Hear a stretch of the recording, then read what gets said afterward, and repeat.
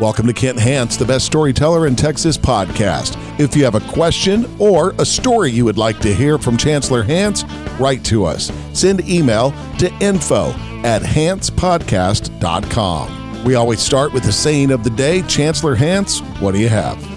Saying of the day, Indira Gandhi said, "You can't shake hands with a clenched fist."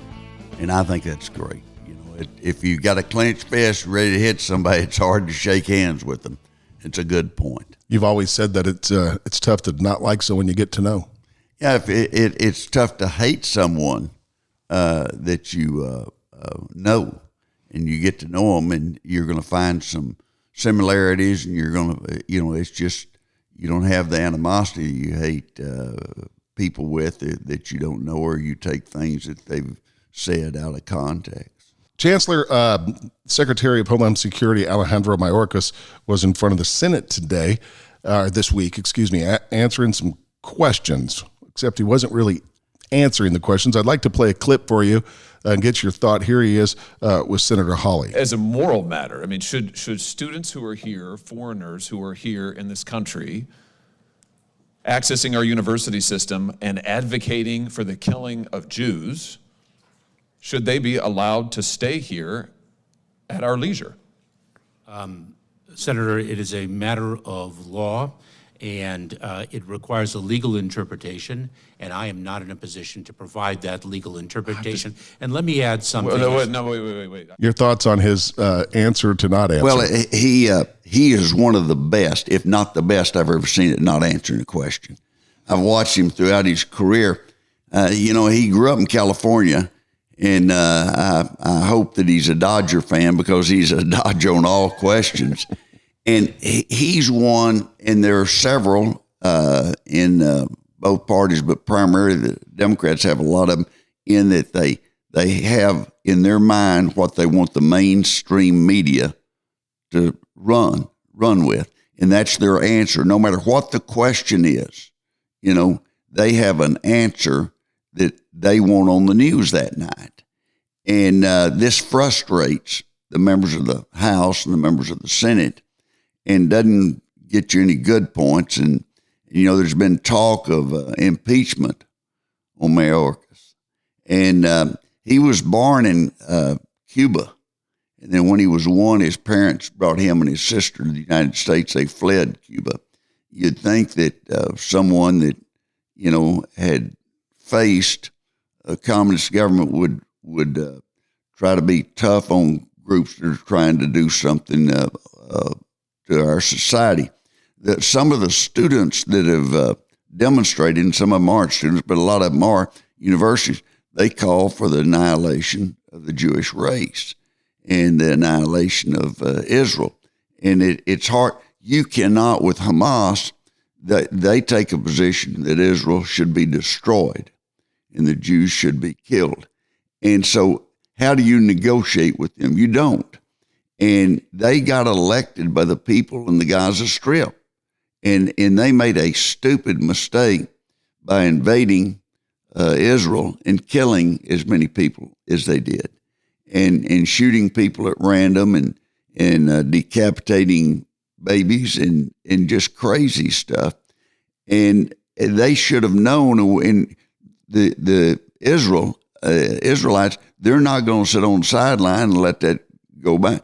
They're not going to say, well, if you kill 320, we're going to kill 300. No, they're going to make it severe. I've always said, and I've said on this show before, had we subcontracted the Vietnam War to Israel, hell, it'd been over in a month or two. It wouldn't have lasted long. And so the odds are against them. That's the reason they play for keeps. And for him to dodge that answer, if people are here as a guest of our universities, they shouldn't be advocating the killing of certain American citizens. And they ought to be able to send them home if they do that. But they don't want to mess with it. And it's just, you start sending them home, and things will settle down some. They won't be out making those outlandish claims.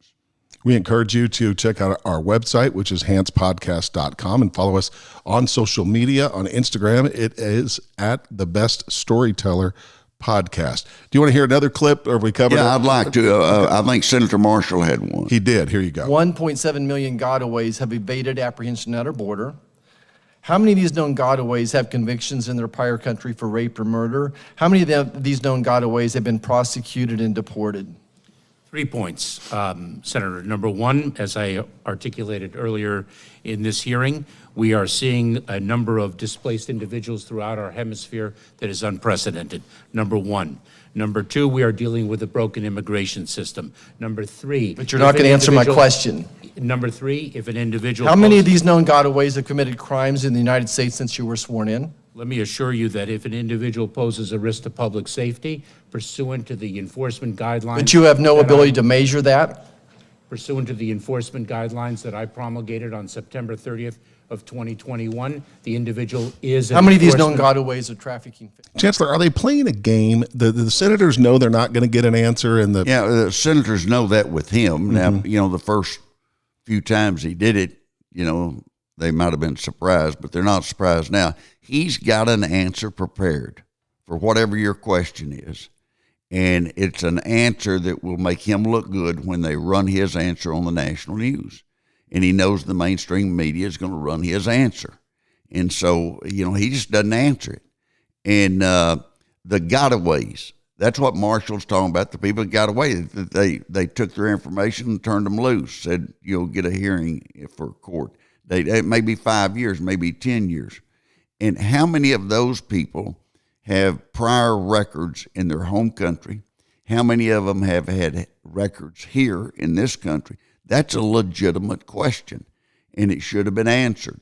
Or they should have said, let us check our records and get back with you, and we'll give you an answer within the next 24 hours. I've had, when I've cross-examined witnesses and cabinet members before, lots of times they'll say, let me check on that, and I'll get you an answer within 24 hours. And they do. And because they can't know everything and have every fact and figure. But he was not going to answer that no matter what. And, there's been move in the House and Senate that talk about impeaching him and everything. I think he's doing what the Biden administration wants him to do, and don't answer the question. Act like there's not a crisis at the border. And that's the reason they didn't go down there a lot. It just, but here's what's changed it. When Governor Abbott decided, these cities that are sympathetic, maybe they'll not be so sympathetic once they get a few people.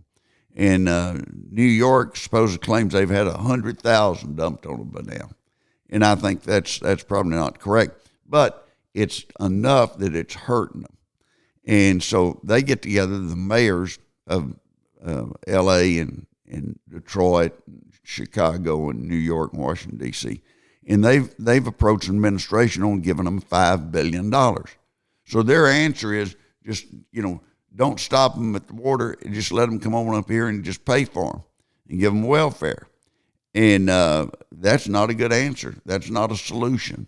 And Senator Marshall is a very calm guy, and he had legitimate questions. How many gotaways, that they are apprehended? You give them a note. They say they're claiming political asylum, and you take their name down, and they'll get called for a hearing. Maybe 5 years, might be 10, maybe 3. But they're going to be into society at that point in time. That's ridiculous. That's having no policy whatsoever. But Mayorkas, he's just not going to do it. And they're wasting their time, and I think by now they all know they're wasting their time asking me questions. But how many of the people that came across are convicted child molesters? How many of people that came across have murder cases pending in other countries?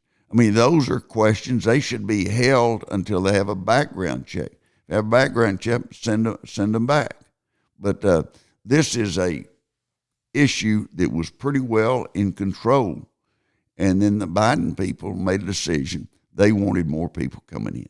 And I think they look at it and that these people are going to be voters, and they're going to vote for Democrats at some point in time, maybe 5 years, maybe 10 years. they think that will help in elections in the long haul. To your point about the bad guys coming in, last week in Houston, a 20-year-old Jordanian who came through the southern border was arrested and is now sitting in jail on gun charges and was saying all kinds of crazy things on social media that he was going to kill Jews. Yeah, and the people come in with that attitude. They shouldn't be allowed to be here. Should never been allowed. Once they get stopped, and they should have finished the fence. The fence is very important. It's been important to Israel. And you think back 20 years ago, they had bombs there all the time, and that has stopped. But Hamas made a decision to cut the fence, drive motorcycles through with people on the back of the motorcycle with machine guns just shooting people. And they made a stupid mistake, but they may have thought, well, that'll help us in the long run because they'll bomb us and people feel sorry for us. I don't know how much sympathy they're going to get. They've got certain elements, and the Congress lady from Detroit, she's been very supportive. She flies a Palestinian flag outside her congressional office. Rashida Tlaib. Yeah. That's who it is. It's funny, Chancellor, now that the wall was too expensive to build back then, but now they're asking for $5 billion. Well, they're needing $5 billion. They've had people show up in New York in droves that are illegal aliens, and they don't know what to do about it. But they were advertising over a year and a half ago, we are a sanctuary city. Come to us. We love you. We'll take care of you. And the governor said, okay, we'll help you out. And they, sent them busloads of people that were there illegally. No other country will do this. It's just absurd that we don't have a policy of some type, even a policy of getting the name, address, everything you can get about somebody and following up on them in a short period of time. They did that with the Europeans. Yeah. You had to know somebody here. You had to know somebody and had to have somebody that was going to take care of you when you got here. Chancellor, let's talk about a young man by the name of Sam Bankman-Freed. He was the founder of the now defunct cryptocurrency trading platform FTX, guilty last week of misappropriating billions in investor funds. They call him SBF. And old Sam, he is one of the greatest con artists of all time. He has supposedly stolen $32 billion. How do you steal $32 billion? This is remarkable. You look at the guy on TV, and who would give him any money? I go back to the first saying I taught my children: a fool and their money are soon parted. And boy, did he exemplify that in taking $32 billion. He had a degree from MIT, and he dressed kind of crazy, and everybody's saying, well, that's the new genius. That's the new genius. And he was using that money to buy yachts or airplanes or whatever he wanted to do. He wasn't using it to invest. And when cryptocurrency came out, I said, there's going to be a lot of fraud in that because people don't understand it. And it goes back to what I've said on this program before, that Trammell Crow told me, if you don't understand it, it's either crooked or you're not smart enough to do it. In this case, it was crooked, and they should have, I don't have a lot of sympathy for them that they got off on this, and it was a scheme. It was a fraud, and they lost a bunch of money, and that this huckster just came along and took them for a ride. And a friend of mine that I've mentioned before, a lawyer in Lubbock, Byron Chappell, who's deceased, was a great lawyer. He says that for people to run a scam, a Ponzi scheme or something like that, they've got to find people that have a lot of larceny in their own heart, and they're wanting to get something for nothing, and the result is they get nothing for nothing, or they get nothing for something. Sam Bankman-Freed is staring at a maximum of 115 years in jail. They say it's not going to be that much. He won't get that much. He'll get 20, or if you think, well, that's 20 is not too bad. lock yourself in the bathroom for a day. Just sit there for a day. And, 20 years seemed like a long time. He took the stand in his own defense. A lot of people say that's a bad idea. They said it didn't serve him well. Why is it so discouraged to do that? Well, first of all, it was stupid on his behalf to do it. They're going to ask you tough questions, and you're going to get exposed. And that your lawyer's going to tell you, don't get up there and don't take the stand, because either you're going to be lying some, or you're going to be having to say, I'll take the fifth, and that you might say something that would incriminate you. Well, that doesn't help you with the jury. And he's better off just sitting there, rather than getting up and trying to help his side. Everyone that I read about that watched the trial said he did not help himself when he got to testify. He just couldn't answer the tough questions. And I think you get in a lot worse shape when you try to get up. But here's the problem. When someone has gotten that much money off people, they think they're smart. And they think they can persuaded people to give them $32 billion. So, they're not afraid of persuading 12 people to find them not guilty. They think they can talk them out of it. Once a con artist gets on a roll, they get to thinking they can just do anything, and they're not going to be held accountable. We encourage you to subscribe to our YouTube channel. Just search Kent Hance, the best storyteller in Texas. Good news for Texas Ranger baseball fans. First World Series for the Rangers since they moved to Arlington in 1961. Moved to Arlington in 1961. They'd been in Minnesota. They'd been in the Washington, D.C. area, and everyone was excited. I remember when they had David Clyde as a high school player, and they drafted him, and he pitched and struck out the first guy he had to pitch against me. He was 18 years old. And they've got one of the players, Josh Young from Texas Tech. He's a great player. He's good with the glove, and he's good with the bat. And his little brother is playing, but is in the minor leagues right now.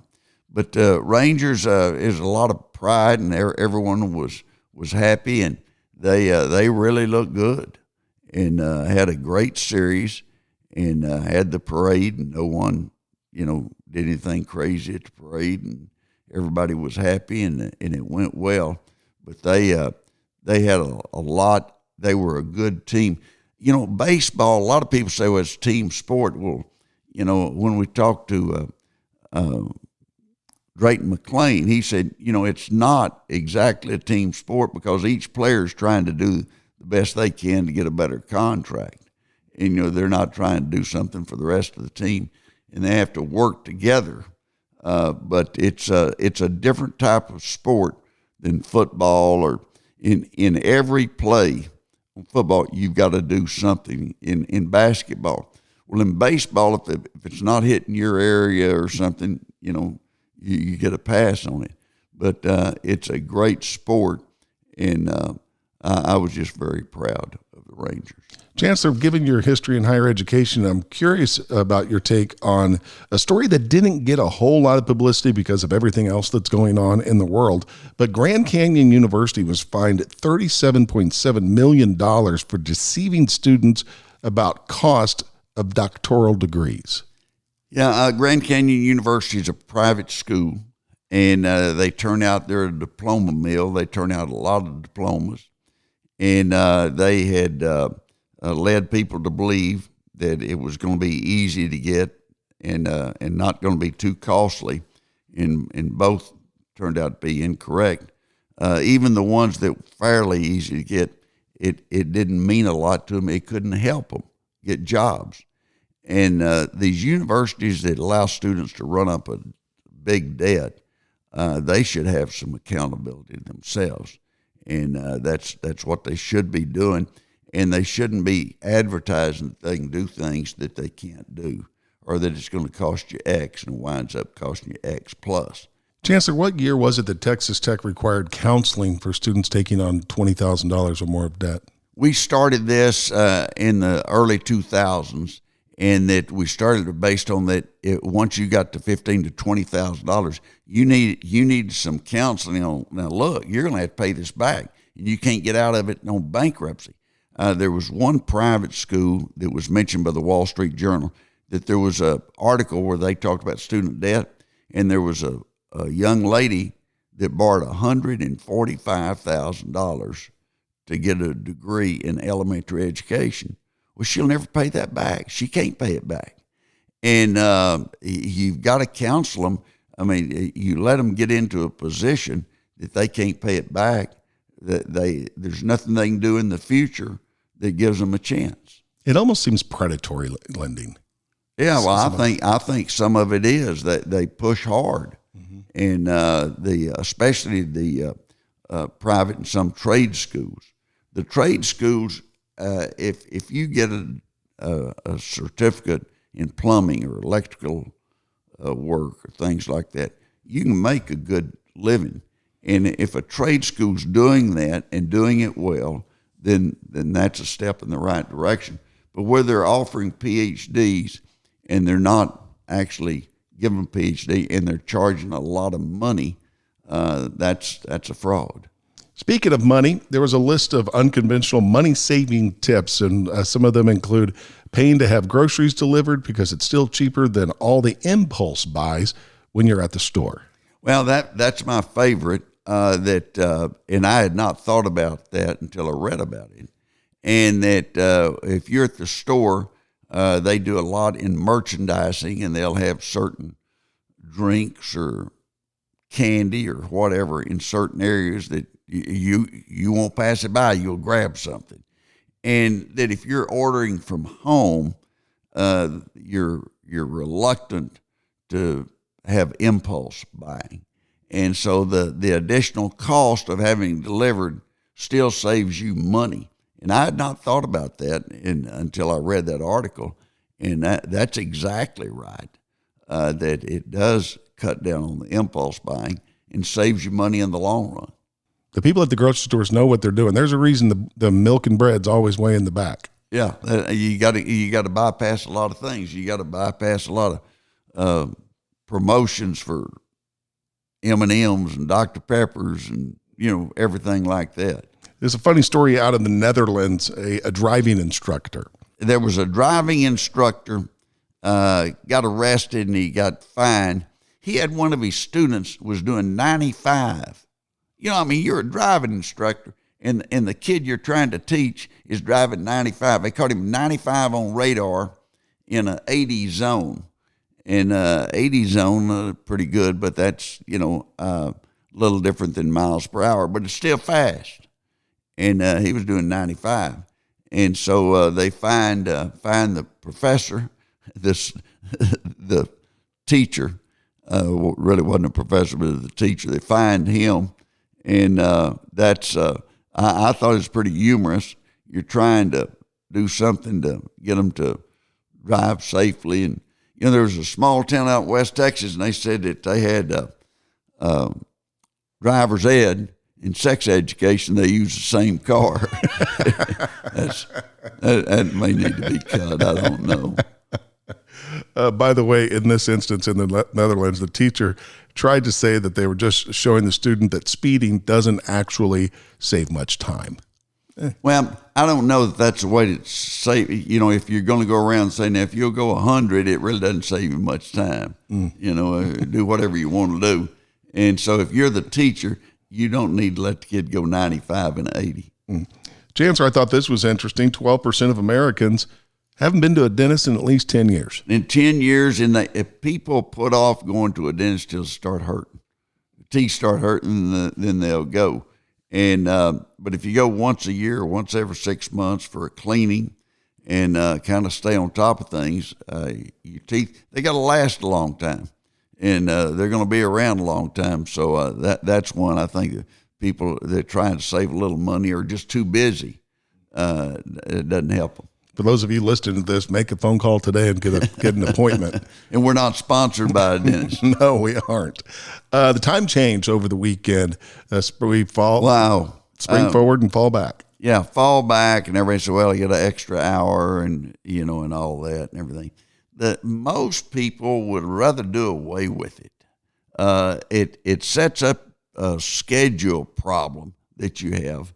You're ready to go to bed, and it's, it's dark earlier, and then when you get up, it's light earlier, and it just kind of messes up your clock, your internal clock. And I think most people are like 70% just drop the daylight savings and stay on something that's regular. Senator Rubio pushes this every year. He's taken it up every year to try to get it to be permanent. There's people that they'll take on a piece of legislation and they'll stay after it, and eventually a lot of times they'll pass. Mm-hmm. People get to saying, he's right, and they'll tell their senator, hey, by the way, that Rubio guy in Florida is right. In that same study, people were asked about their worries at bedtime that might keep them up. Yeah, they were asking about the worries in that study, and what are you worried about when you go to bed? Number one was inflation last year and this year. Number two, I think, was gun violence. Number two, COVID. COVID, that's right. Followed number by two, gun violence. Gun violence was number three. The COVID thing, most of the people who died of COVID had health problems, and that doesn't mean they're to blame or anything. It's tough. If you've got health problems and you get something like COVID or the flu, just a regular flu, the odds increase that you may not make it, and so you have to take care of yourself. I think that the people have adjusted on COVID and are doing better, and that we've made some steps in the right direction. Now, I had a couple of shots. I'm not going to take another one, and that's an individual decision that some people will and some people won't. Here we are past Halloween, approaching Thanksgiving, then it's Christmas. I found it interesting, Chancellor, that the average person will go to 10 holiday events this year. 10 events. I saw that, and I thought, golly, I'm glad I'm not average. I don't want to go to 10 events. They had, there's a guy in Lubbock used to have a Christmas party, John J.C. Rusty O'Shea. He was a lawyer. He grew up in Boston, and he was at Reese Air Force Base and liked it so much he stayed there. And he'd have a big party, and everybody'd show up, and they'd consume more liquor than he, was almost willing to pay for. But 10 parties, and that includes families and everything, and I understand, you'll have 2 or 3 of those, or 4 or 5, but the average is 10. That means somebody's hitting 20 or 30 parties, and just let me know where they're going to be. I don't want to be on the road when they're driving home. And it was just amazing. The other thing in that study, they said that you'll take at least one trip, and it was that one trip, the average cost was over $2,500.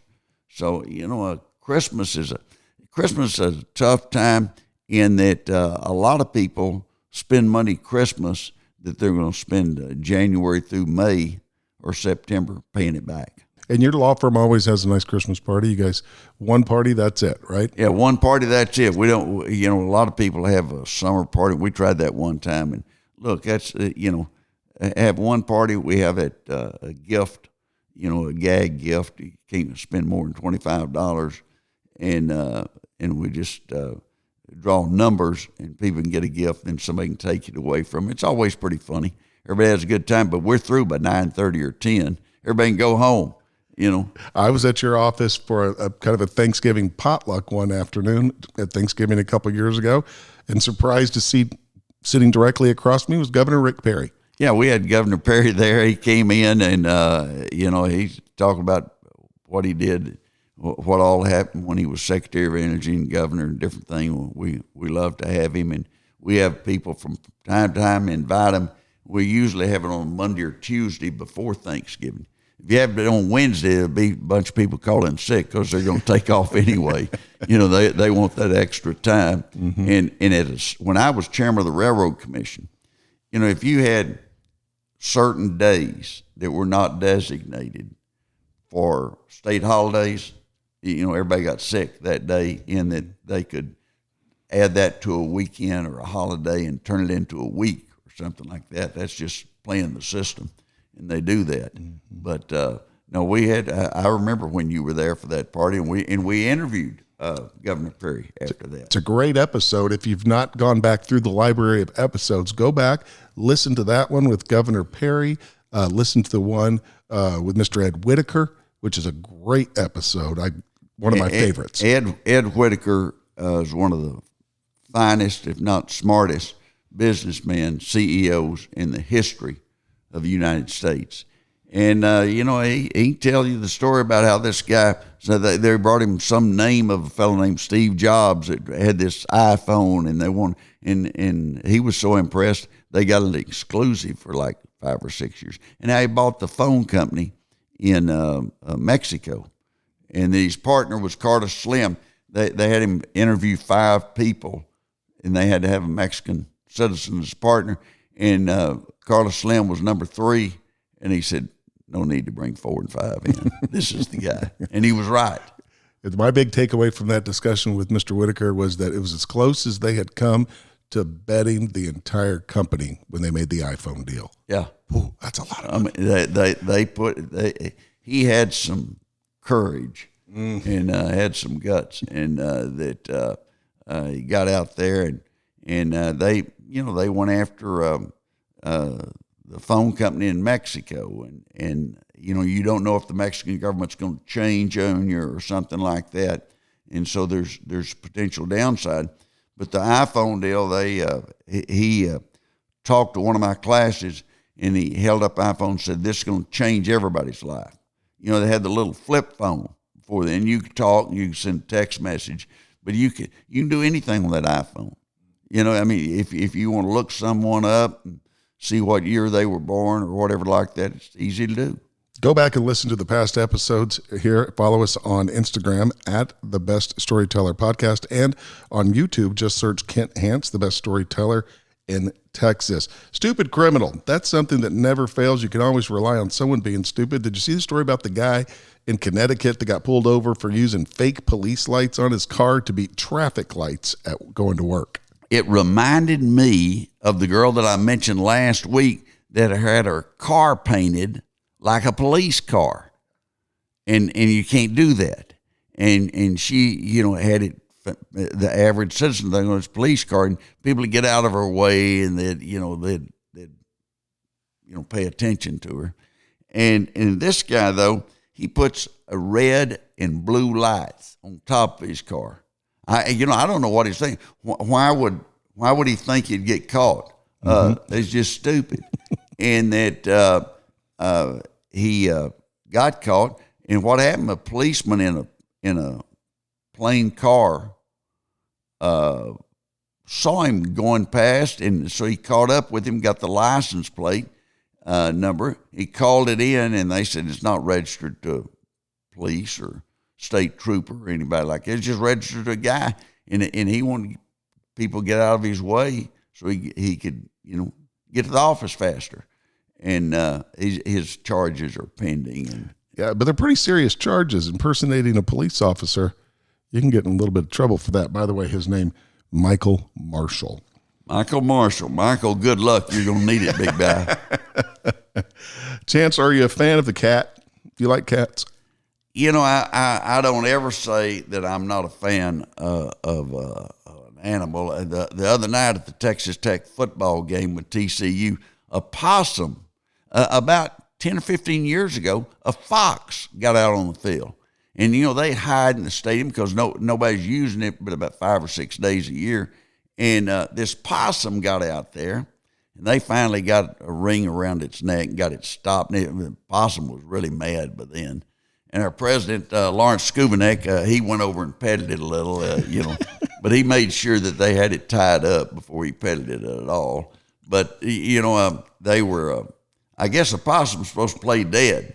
And if we'd have gotten beat, we could have blamed it on the possum. But we were able to pull out a victory. You know, I saw the video clip of that possum went viral, and I saw that, and I said, could you imagine if this would have happened at Stanford or Connecticut or something? They wouldn't know what to do. Hey, the first time they put a ring around the possum's neck to drag it off they'd have gone nuts, and said, and PETA would have gone, they would have been very mad and hostile and made all kinds of claims. But look, the possum was removed. It's no longer at the stadium. It's not in I started to say it's a happy hunting grounds. That mean it's dead. No, it's not dead. Relocated. It's relocated and put it somewhere else. The reason I asked you about cat news is that they did a study that found out cats have 276 different facial expressions. Yeah, I would never guess that they had 3 or 4. As we get closer and closer to the holidays, there will be a lot of drinking that will be going on. So be careful, don't drink and drive. But in alcohol-related news, a study found non-alcoholic beer is more likely to give you food poisoning. Yeah, you don't have the alcohol to kill any of the germs. Right. And I looked at that, and I said, every drunk that his favorite's beer, you're going to use that. Well, can't drink that non-alcoholic beer. Got to have alcohol in there to, make sure we kill all those germs. And I had a guy tell me one time he chewed tobacco all the time. And I said, you really like that? He said, yeah, my dentist told me it's good for me. I said, I can't believe that. He said, yeah, the dentist told me, said, no germs can live in that crap. As we wrap things up here, Chancellor, you've referenced your mom a few times with advice that she has given you. And in fact, one of them is my favorites when she told you to never let anybody tell you how big a fish you are. Well, the average parent calls their own parent twice a week for guidance. I think that's great. I talk to my kids at least every week, and I get advice from them. I don't always take it, but they don't always take mine either, but we always have a great discussion. And I love my kids and my family, my grandkids, and I always enjoy talking to them. Be sure to find us on social media. Instagram is at The Best Storyteller Podcast. Go through the past episodes as well and share this podcast on your social media. Let people know about it. If you enjoy it, you want to share it with other people, just take the link and share it on your social media and tag us on that post so we know you did it. Maybe we'll give you a shout out on the air. Also, if you have a question for Chancellor Hance that you would like him to answer in an upcoming episode, we would love to hear from you. You can email us. Go to the website, hancepodcast.com. Chancellor, should we wrap up with the saying of the day? Yeah, we had a good saying of the day is you cannot shake hands with a clenched fist. You got to have that open hand to be able to. I guess with a clenched fist, you can do a fist bump. That's not as that's a lot more casual than a handshake. But you can't shake that hand if you got your fist all clenched up, ready to fight. And so I think Gandhi said that, and I think it's a great statement. Have a great week, everyone. Thanks for listening. Ken Hance, best storyteller in Texas. Got any questions or any ideas, feel free to contact us. Bye-bye.